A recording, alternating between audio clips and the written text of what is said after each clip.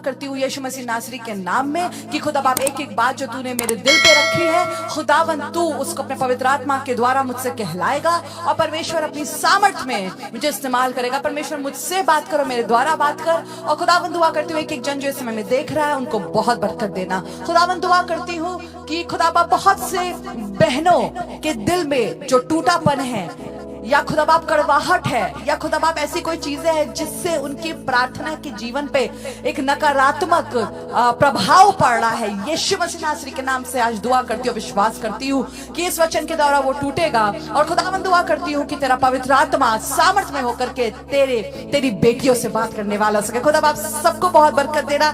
जितनी बहनें इस समय हमारे साथ है खुदा बाप, सिस्टर अरुणिमा, सिस्टर भावना, सिस्टर स्मिता बिनकर, कोमल सिस्टर, उन सबको बहुत बरकत देना। और खुदा बाप आज हमसे बात करना यीशु के नाम से मांगते, सुनो कबूल कर, आमेन।